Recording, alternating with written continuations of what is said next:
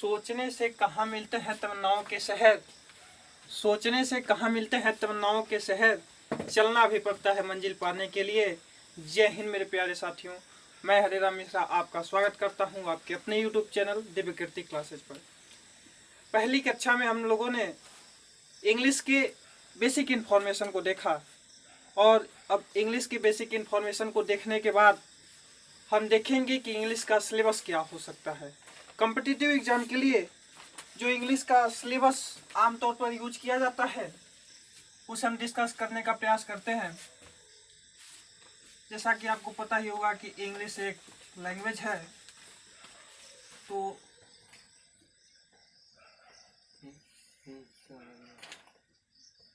English syllabus को यदि हम बांटने की कोशिश करें कॉम्पिटिटिव एग्जाम के लिए तो 3 मेजर पार्ट्स निकल करके आते हैं,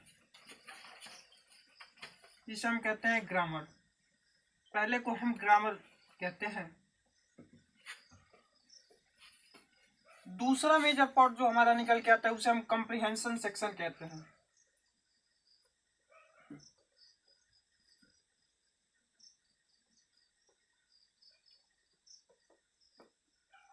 और तीसरा वोकैबुलरी।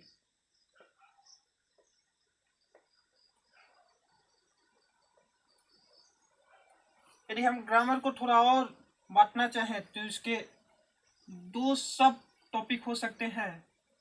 पहला फंक्शनल ग्रामर,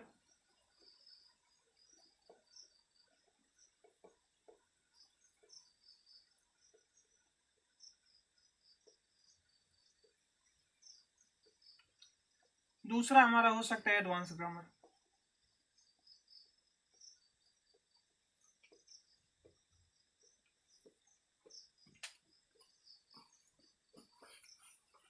कॉम्प्रिहेंशन वाले सेक्शन को यदि हम बांटना चाहें तो आप देखेंगे कि एक रीडिंग कॉम्प्रिहेंशन होता है, रीडिंग कॉम्प्रिहेंशन,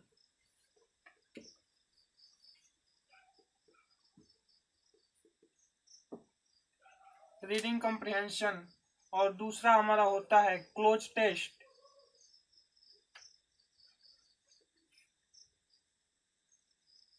और तीसरा हमारा होता है पैराजंबल, जिसे आप सेंटेंस रीअरेंजमेंट के नाम से भी जानते हैं या फिर आप इसी को PQRS के नाम से जानते हैं। वोकैबुलरी वाले सेक्शन को यदि हम बांटना चाहें तो कह सकते हैं synonyms, antonyms, one word substitution, और कुछ फीलिंग्स वर्ड्स भी आते हैं हमारे कुछ एग्जाम्स में, वो भी इसी सेक्शन में आ जाता है। तो अभी उसको हम चर्चा नहीं कर रहे हैं, वोकैबुलरी वाले सेक्शन में उसे हम अलग से चर्चा कर लेंगे, लेकिन वो भी आपके इंग्लिश सिलेबस का ही पार्ट है। आइए, जब हम इंग्लिश सिलेबस की बात कर लिए तो पहली कक्षा में हम लोगों ने देखा था एक इंग्लिश की सीरीज हम लोगों ने बनाई थी। उस सीरीज को थोड़ा सा फिर से कंटिन्यू करते हैं और देखते हैं कि आगे क्या हो सकता है। इंग्लिश की जब हम लोगों ने सीरीज बनाई थी तो हमने लिखा था कि इंग्लिश एक लैंग्वेज है,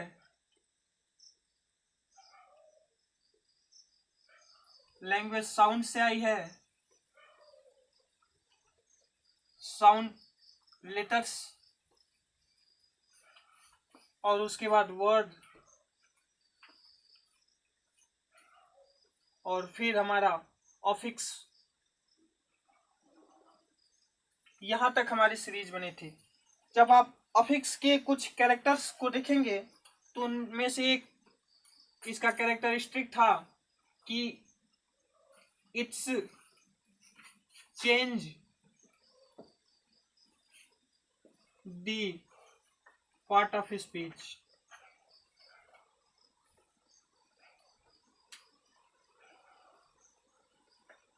दोस्तों, पार्ट ऑफ स्पीच का जन्म यहीं से होता है। जब किसी चीज में कुछ जोड़ा जाता है तो उसका पार्ट ऑफ स्पीच बदलता है। जैसे हमने आपको एक एग्जांपल दिया था कि यदि काउंट एक वर्ब है, काउंट यदि एक वर्ब है और इसे हम यदि एबल जोड़ देते हैं तो फिर ये एक एडजेक्टिव काउंटेबल बन जाता है। तो आइए देखते हैं कि ये जो पार्ट ऑफ स्पीच होते हैं ये कुल कितने होते हैं। तो पार्ट ऑफ स्पीच आपके कुल टोटल 8 होते हैं और एक एक करके हम आठों का नाम लिखते हैं और थोड़ा थोड़ा उनका डिफिनीशन जानते हैं, फिर आगे चलेंगे। Parts of speech.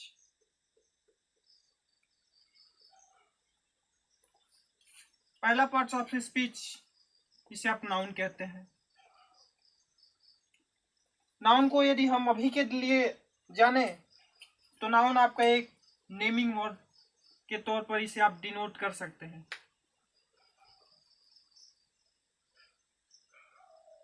Naming word. दूसरा पार्ट ऑफ स्पीच आपका प्रोनाउन होता है।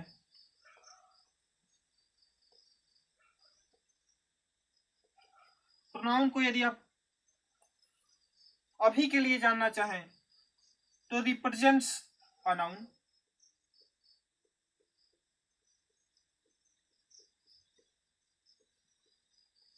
नाउन। तीसरे नंबर पर एडजेक्टिव आता है।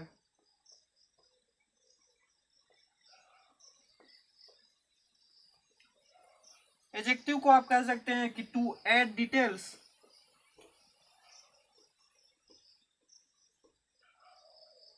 To add details in noun.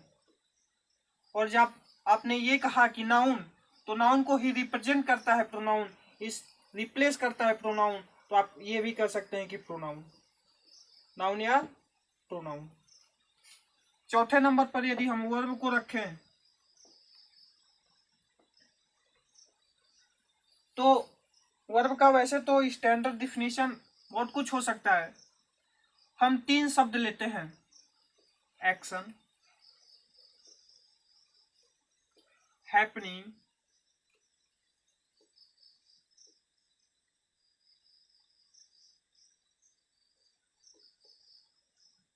Action, happening और पोजीशन।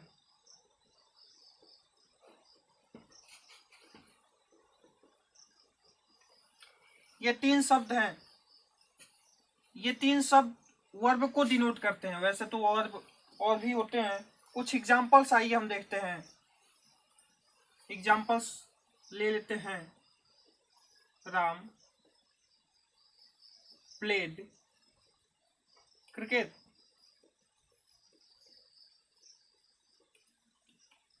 यदि आप यहाँ पर प्लेड को देखेंगे तो एक एक्शन को डिनोट कर रहा है ये।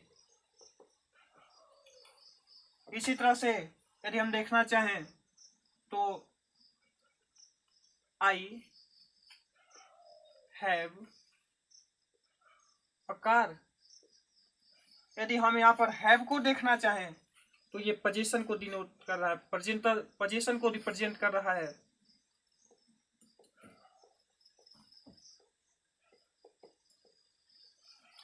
यदि 5वें पार्ट ऑफ स्पीच की हम बात करें तो 5वां पार्ट ऑफ स्पीच हमारा हो सकता है एडवर्ब। एडवर्ब, एडवर्ब को कहें तो ये इसका डिफिनीशन हो सकता है to add details, to add details in action or verb. अभी के लिए इतना जान लीजिए दोस्तों, वरना एडवर्ब बहुत बड़ा टॉपिक है और पूरे पार्ट ऑफ स्पीच का यदि कलेजा किसी को कहा जाता है तो एडवर्ब होता है। एडवर्ब एडजेक्टिव को भी, एडजेक्टिव में भी डिटेल सेट कर सकता है। एडवर्ब सेंटेंस में भी डिटेल ऐड करता है, उसे हम आगे देखेंगे कैसे करता है एडवर्ब वाले टॉपिक में। छठा पार्ट ऑफ स्पीच यदि हम अपना देखें तो प्रीपोजिशन आता है। प्रीपोजिशन, प्रीपोजिशन के लिए एक शब्द हम दे सकते हैं रिलेटिंग वर्ड।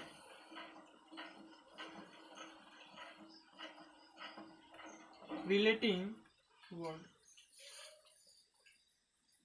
ये रिलेटिंग वर्ड्स होते हैं। यदि हम एग्जाम्पल देखना चाहें तो हो सकता है examples Prince is going to home. यदि आप देखें तो ये आपका वर्ब है, इसे देखें तो ये आपका क्या है हमें नहीं पता, कुछ भी हो सकता है, नाउन हो सकता है, एडवर्ब हो सकता है, क्या है अभी के लिए हमें नहीं पता। लेकिन यहाँ पर हम आपको बता दें ये एक एडवर्ब का काम कर रहा है। आप देख पा रहे होंगे दोस्तों कि एक वर्ब को एडवर्ब से रिलेट करने के लिए टू का यूज करते हैं। टू ही आपका एक प्रीपोजिशन है। और यदि होम को हम एक ऑब्जेक्ट माने तो ये जो ऑब्जेक्ट होगा ये वर्ब का ऑब्जेक्ट नहीं होगा, ये प्रीपोजिशन का ऑब्जेक्ट होगा, क्योंकि प्रीपोजिशन अपने बाद अपना ऑब्जेक्ट लेती है, वर्ब का ऑब्जेक्ट नहीं लेती है। जब ये प्रीपोजिशन आता है तो कहता है कि मेरा वजूद क्या है, आखिर मैं क्यों आऊं, तुम्हारे किसी की सहायता करने के लिए मैं क्यों आऊं। फिर तब प्रीपोजिशन कहता है कि ठीक है, अच्छा मैं तुम्हारी सहायता करूंगा, लेकिन फिर ये मेरी ऑब्जेक्ट हो जाएगी, वर्ब तुम्हारा इसमें कोई रोल नहीं होगा। यहाँ पर जो आप होम देख रहे हैं, होम तो एक एडवर्ब है, लेकिन वो टू के ऑब्जेक्टिव, टू का ऑब्जेक्ट है। सातवां पार्ट ऑफ स्पीच बहुत प्यारा अच्छा कंजक्शन।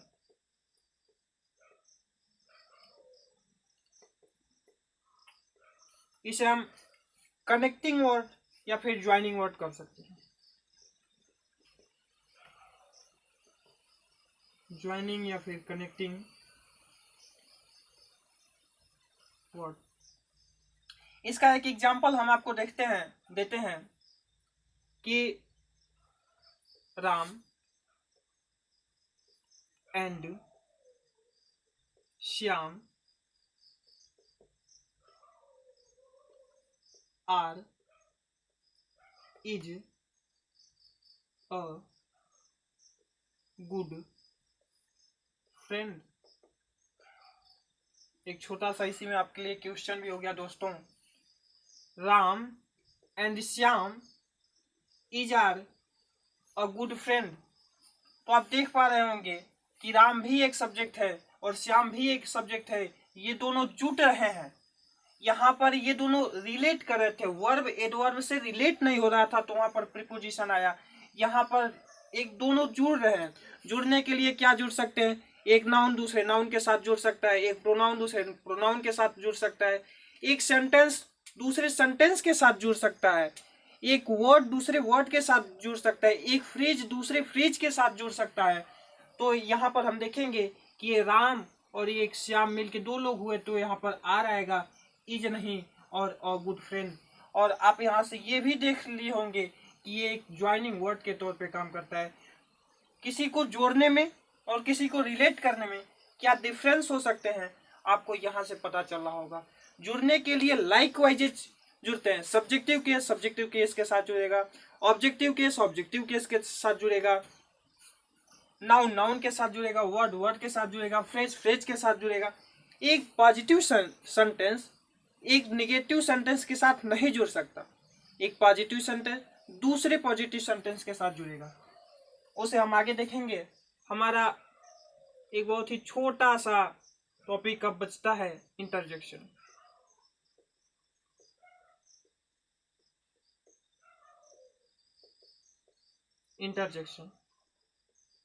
इंटरजेक्शन को आप आमतौर पर कहते हैं sudden feeling expressing word, sudden feeling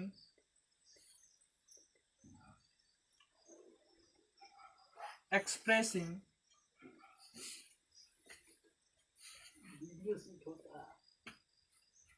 word। आमतौर पर इसका यूज कहीं पार्ट ऑफ स्पीच में दिखता नहीं है। ये आपकी कॉम्पिटिटिव एग्जाम में यदि इसका महत्व पूछा जाए तो ना के बराबर है। फिर भी इसे हम नरेशन वाले सेक्शन में पढ़ते हैं। आप कहेंगे तो हम इसे अलग से भी पढ़ सकते हैं, लेकिन आमतौर पर लोग इसे नरेशन वाले सेक्शन में पढ़ते हैं। और आइए अब हम इस चीज को थोड़ा सा साफ करके अपने सबसे पहले और सबसे महत्वपूर्ण टॉपिक नाउन पर चर्चा करना प्रारंभ करते हैं। हमारा अब टॉपिक आता है नाउन।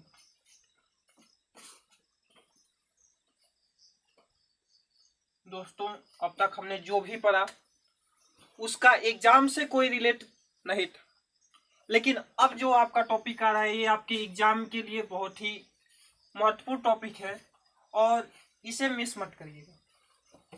आइए देखते हैं कि नाउन होता क्या है। नाउन का डिफिनीशन हमें क्लास 1 से लगभग पढ़ाना प्रारंभ कर दिया जाता है। उसी को एक बार हम फिर लिखते हैं कि noun is the name of person, place or thing। ये तो हमारा हुआ नाउन का एक डिफिनीशन। लेकिन अब जब हम नाउन को फंक्शनल ग्रामर के तौर पर पढ़ना प्रारंभ करेंगे तो पीछे हमने एक की पॉइंट लिखा था नाउन के लिए, जिसे नेमिंग वर्ड नाम दिया गया था। तो उसका थोड़ा सा काम हम देखते हैं, उसका रोल यहाँ पर कैसे होता है। तो नाउन जब हम कहते हैं कि एक नेमिंग वर्ड है, तो सोच के देखिए साथियों कि किसी भी चीज को हम नाम कब दे सकते हैं। जब उसे देखें तो एक कैटेगरी इसकी बन सकती है कि विजिबल कैटेगरी, विजिबल नाउन। इसके बाद क्या हो सकता है? विजिबल के बाद आपको जो चीज दिख रहा है, जैसे यहाँ पर व्हाइट बोर्ड ही दिख रहा है, बल्ब दिख रहा है, आपका जिससे शूट हो रहा है कैमरा दिख रहा है, मोबाइल दिख रहा है, ये सारी चीजें एक नाउन है और ये वो नाउन है जिसे हम देख सकते हैं। लेकिन क्या सिर्फ इतना ही नाउन होते हैं?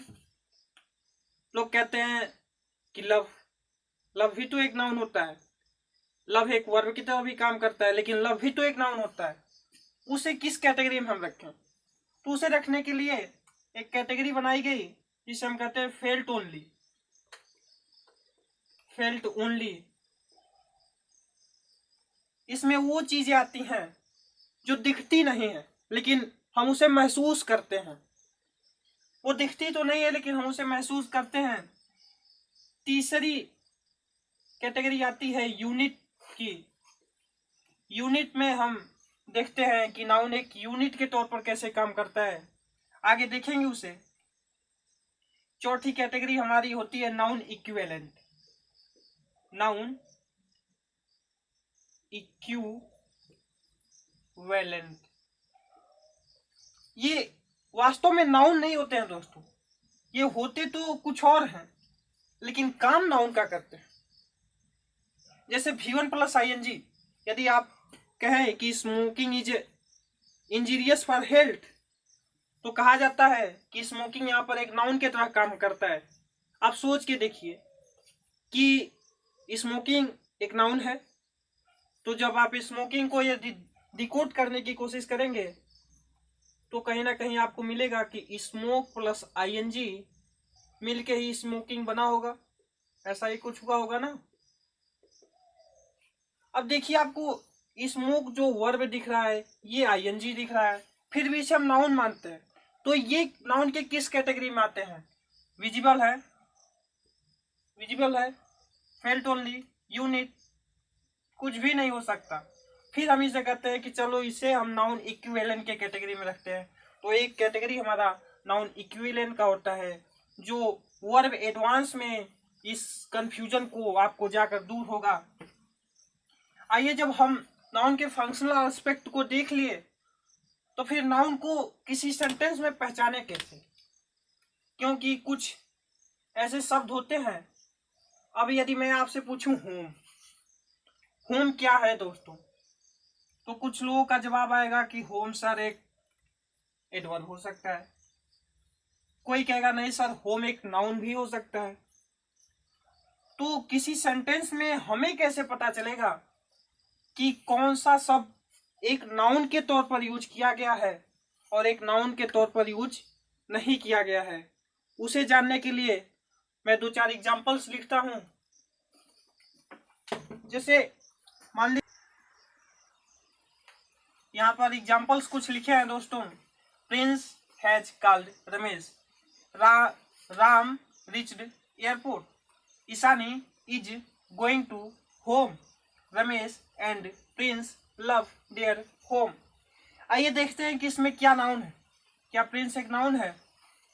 मुझे नहीं पता। रमेश एक नाउन है? हो सकता है। राम, एयरपोर्ट। अब ये तीनों तो आप बता दिए होंगे कि हाँ ये नाउन है। एयरपोर्ट क्या है दोस्तों? क्या एक नाउन है? ईशानी, हाँ नाउन है। होम यहाँ पर किस चीज का काम कर रहा है दोस्तों? क्या एक नाउन है या फिर कुछ और? देखते हैं। Ramesh and Prince love their home, यहाँ पर फिर एक बार होम आया। तो आइए देखते हैं कि क्या कैसे हम पहचाने किसी सेंटेंस में, हम कैसे पहचाने कि कोई नाउन है या नहीं। तो उसके लिए हम अपना फिर से वही कीवर्ड लिखेंगे, नाउन नेमिंग वर्ड।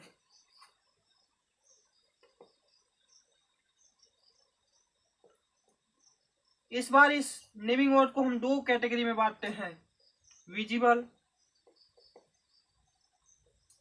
और फेल्ट ओनली।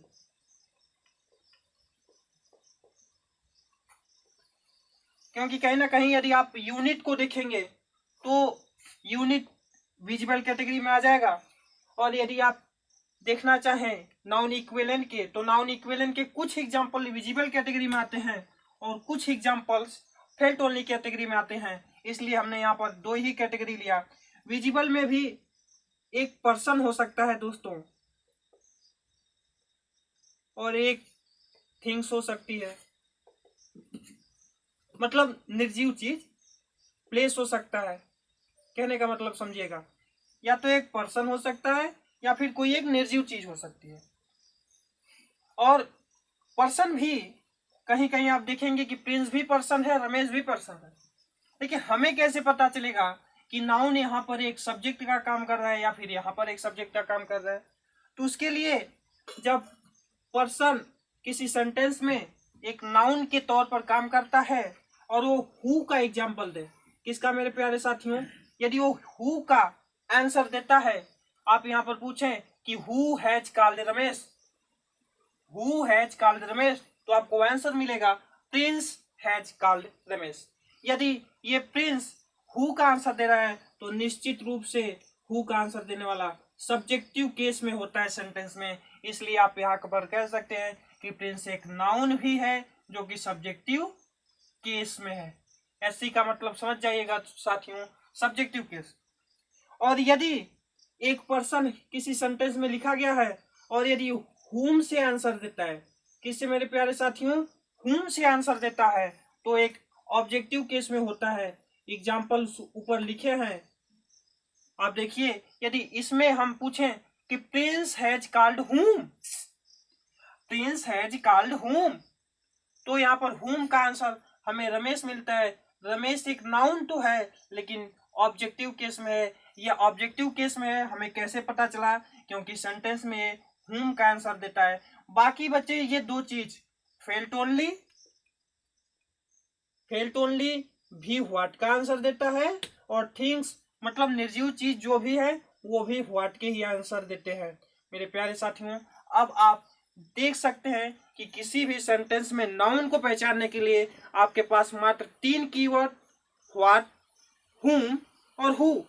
यदि किसी सेंटेंस में व्हाट, हुम और हु का आंसर नहीं मिलता है तो उस सेंटेंस में वह शब्द नाउन नहीं हो सकता, बाकी कुछ भी हो सकता है। आइए अप्लाई करके देखते हैं।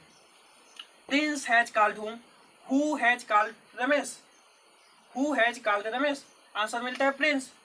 प्रिंस हैज कॉल्ड हुम, आंसर मिलता है रमेश। यहाँ पर राम रिच्ड फेयर, आप ध्यान से देखिएगा, राम रिच्ड व्हाट, ये व्हाट का आंसर है, ये हु का आंसर है, ये हुम का आंसर है नहीं। यदि ये व्हाट का नहीं है, हुम का नहीं है, हु का नहीं है, फिर किसका है? राम रिच्ड वेयर, ये वेयर का आंसर आ रहा है। तो वेयर का आंसर देने वाला एडवर्ब होता है। आप अभी के लिए इतना जान लीजिए, बाकी हम आगे जानेंगे। यहाँ पर आप कहेंगे कि राम क्या है, तो राम देखिए, राम एक पर्सन दिख रहा है, तो हु रखिए, हु रिच्ड एयरपोर्ट, आंसर मिलता है राम। यहाँ पर यानी राम एक नाउन है जो कि सब्जेक्टिव केस में यूज हुआ है, इतना तो आपको पता चल ही गया।